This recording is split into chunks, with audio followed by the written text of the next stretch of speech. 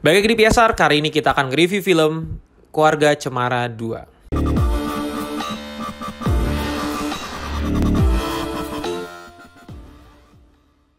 Sebelum gua nge-review film Keluarga Cemara 2, gue cuma mau ngasih tahu kalau kita ada interview dengan Adisti Zara regarding to Keluarga Cemara 2 promotion film.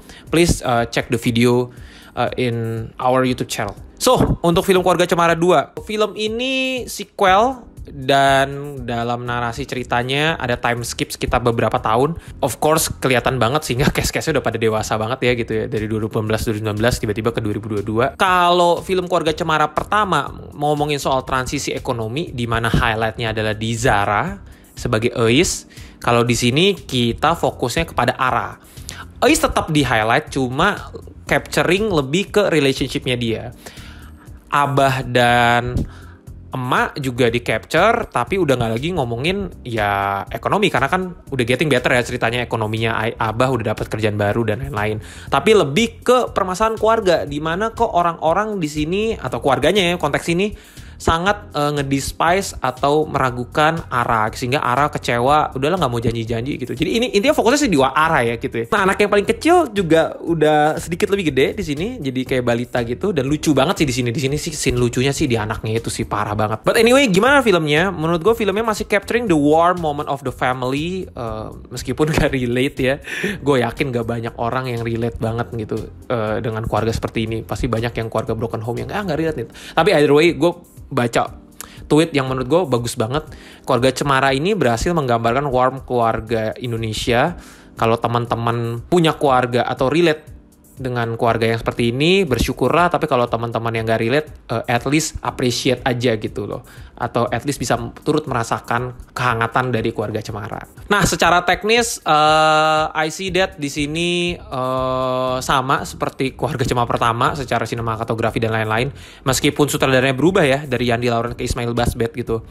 Kalau di sini gue melihat nggak ada terlalu treatment atau style yang signifikan berubah banget. Mungkin yang paling powerful di sini adalah penempatan soundtrack gitu. Contohnya adalah soundtrack lagu Laila. Itu pas banget dimasukin. Ada satu scene, emak moving, panning, zoom in, pelan-pelan, dan lagu Laila tuh diputar. Itu tuh powerful banget sih scene itu.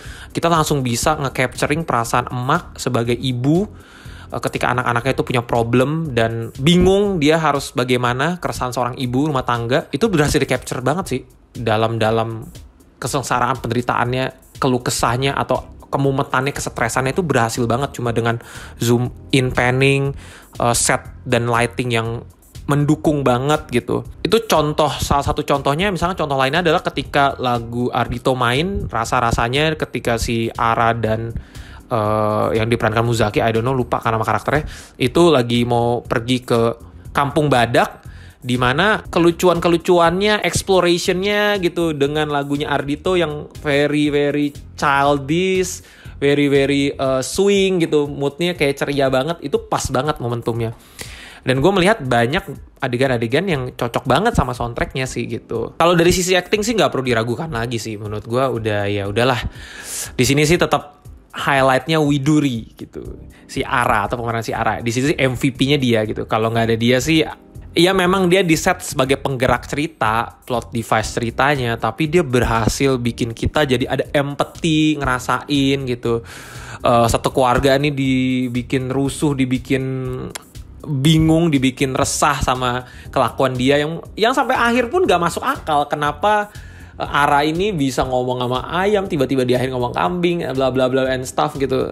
Ya tapi seru aja gitu. Gue pikir jokesnya tuh bakal banyak di ini ya, di Asri Welas ya. Ternyata Asri Welas nggak terlalu jadi highlight, meskipun tetap muncul beberapa dan lucu-lucu. Cuma kelucuan, gemesnya tuh lebih di Ara gitu. Kalau Keluarga Cemara 1 mungkin masih ada yang bikin gue ketawa hahaha gitu. Kalau di sini tuh ketawanya tuh ketawa gemes gitu, kayak apa gitu, nggak ada yang sampai kayak hahaha gitu, jarang banget gitu. Tapi ketawa gemesnya tuh banyak banget, dan gue happy banget sih dengan respon reaksi seperti itu ya. Sayangnya film ini tidak nge-capture soal social economic crisisnya lagi gitu. Padahal di awal film, di first act, dikasih tahu nih kalau tabungan udah habis gitu. Meskipun kita nggak tahu kenapa tabungan udah habis, padahal kan di Keluarga Cemara pertama, you are getting better, right gitu. Terus dapat kerjaan baru gitu. Ternyata di third act guys tahu kalau kalau pandemi, ternyata time skipnya karena pandemi gitu. Itu nggak diceritain tuh. Economic crisisnya tuh nggak diceritain. Terus dari sepanjang cerita, gue nggak melihat kalau mereka tuh kayak ada urgensi untuk butuh uang.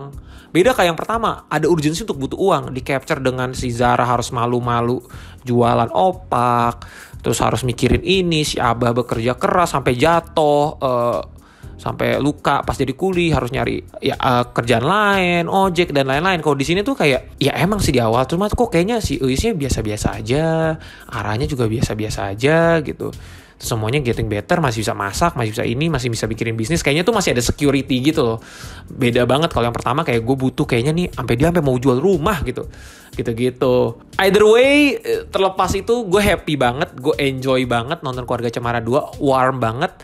Teman-teman gue rekomen banget untuk yang suka Keluarga Cemara 1 nonton Keluarga Cemara kedua karena intrik-intriknya udah lebih beda lagi nih gitu. Eus dengan relationship-nya, terus Ara dengan perubahan kakaknya yang udah mulai pengen pisah gitu, terus dengan ayahnya yang mulai sibuk, yang kayaknya dia ada konflik ini, seorang abah yang melihat anaknya kelakuan udah mulai gede dan dia meanwhile sambil bagi waktu untuk bekerja, dia juga harus bagi waktu ke keluarga, dan seorang ibu yang bingung gitu, stres ngurusin anaknya yang paling kecil, meanwhile anaknya gede juga berlaku masalah, abahnya nggak support dan lain-lain gitu. I think this is very good untuk pengembangan sequelnya, yang gue pikir Keluarga Cemara tuh memang cuma bisa fokusnya atau konfliknya ya soal ekonomi krisis gitu. Gimana caranya mereka bertransisi tapi tetap bisa warm secara keluarga. Tapi ternyata setelah dibuat sequelnya dan mereka berhasil nariknya tuh untuk problem-problem yang very simple tapi menarik banget untuk diikutin gitu sih. Pinter banget sih untuk bisa bikin konflik dari bisa ngomong sama ayam gitu. But anyway, nilai dari gue untuk Keluarga Cemara 2 adalah 8/10. Thank you udah nonton. Seperti biasa, komen, subscribe. Ada kata play it, don't stop, just rewards. Cut.